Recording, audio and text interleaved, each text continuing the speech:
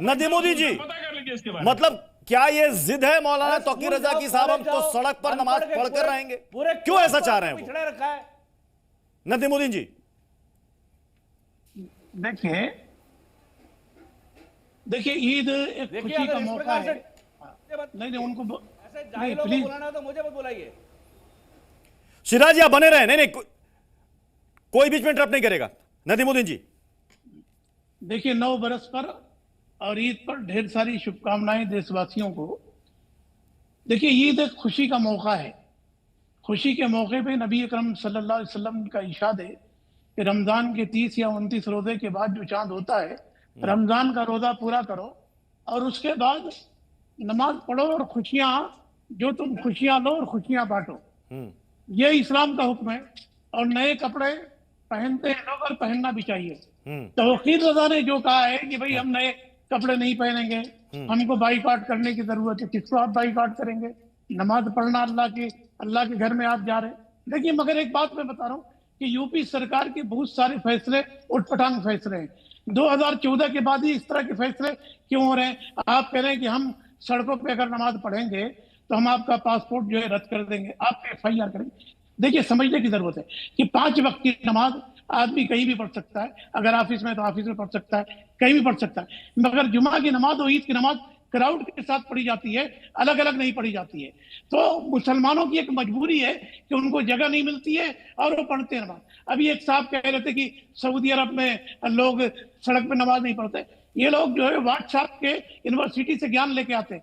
Saudi अरब में जगह जगह मस्जिद है, इतनी ज्यादा मसाजिदें हैं कि लोग मोहल्ले वाले वहीं आकर के नमाज पढ़ लेते हैं, उनको बाहर जाने की जरूरत नहीं। भारत में ऐसा नहीं है।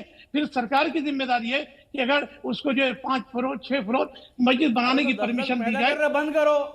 लेकिन नदीमुद्दीन जी, अगर आप कह रहे हैं कि देश के अंदर मस्जिदें कम हैं और मस्जिदें बनाई जाए, तो फिर ऐसे तो हर धर्म के लोग कहेंगे कि साहब हमारा जो आस्था का मंदिर है वो कम है। सब जगह नहीं, सारे लोग अगर अपनी रिलीजियस प्रैक्टिस इसी तरीके से सड़क पर करने लगे और उसके लिए किसी की परमिशन की आवश्यकता ना हो, तो फिर कैसे होगा? नहीं अभी ये बोल रहे थे कि पैदा करना बंद कर दो। इसको थोड़ी भी तमीज है बात करने की। बीजेपी के 100-150 MP हैं। जिस प्रकार से आपकी जनसंख्या बढ़ रही है उसी का नतीजा है। बाकी वहां आपको कहते हैं सऊदी अरब में बनाना है क्या? अरे 4-5 पैदा कर रहा हूँ।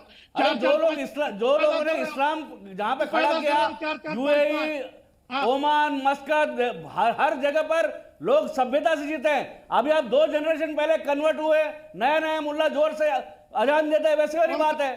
अरे इंसान बनो यार, रोड को लोगों को परेशान करोगे क्या आप? ये आदमी को हटाइए, नहीं तो हम तिब्बत से हट जा रहे हैं। कौन से दोनों बने रहे, कौन से ऐसा होता है? नहीं तर्कों के साथ बात करें सर। नहीं बने रहे ऐसा होता है। नहीं देखिए, जब हम बात करें तो हमको बात करने की क्या जरूरत है? हमारी बात करने के बाद बात करिए। वो आपका पॉइंट क्या है नदीमुद्दीन जी? आपने कहा कि देश के अंदर मस्जिदें कम है। नहीं मस्जिदें कम नहीं, जो मस्जिदें वहां पे मस्जिद ज्यादा है तो यहाँ पे कम है, तो आप रोड पे करोगे क्या? एक सेकंड सिराज नायर जी, एक सेकंड। हाँ बताइए नदीमुद्दीन जी। देखिए मस्जिदों में मस्जिदें जब भर जाती हैं तो लोग मस्जिद के बाहर आ जाते हैं। मैं कहता हूँ इसी देश के अंदर होली रोड पर खेली जाती है, इसी देश में गणेश के बाहर आएंगे तो पुलिस लाठी चलाएगी। मस्जिदों के बाहर आएंगे, पब्लिक न्यूसेंस बनेगा तो पुलिस अपनी कार्रवाई करेगी। इसको बाहर करो, लफंगे को बाहर करो। अरे जाहिल को बाहर करो। अरे नहीं मैं फिर कह रहा हूं, फिर रिक्वेस्ट कर रहा हूं, सभी सम्मानित पैनलिस्ट हैं, कोई इस तरह के शब्दों का इस्तेमाल ना करे ना। नहीं इस तरह के शब्दों का इस्तेमाल ना करें। नदीमुद्दीन जी, आपसे भी गुजारिश है, तर्कों के साथ बात करें।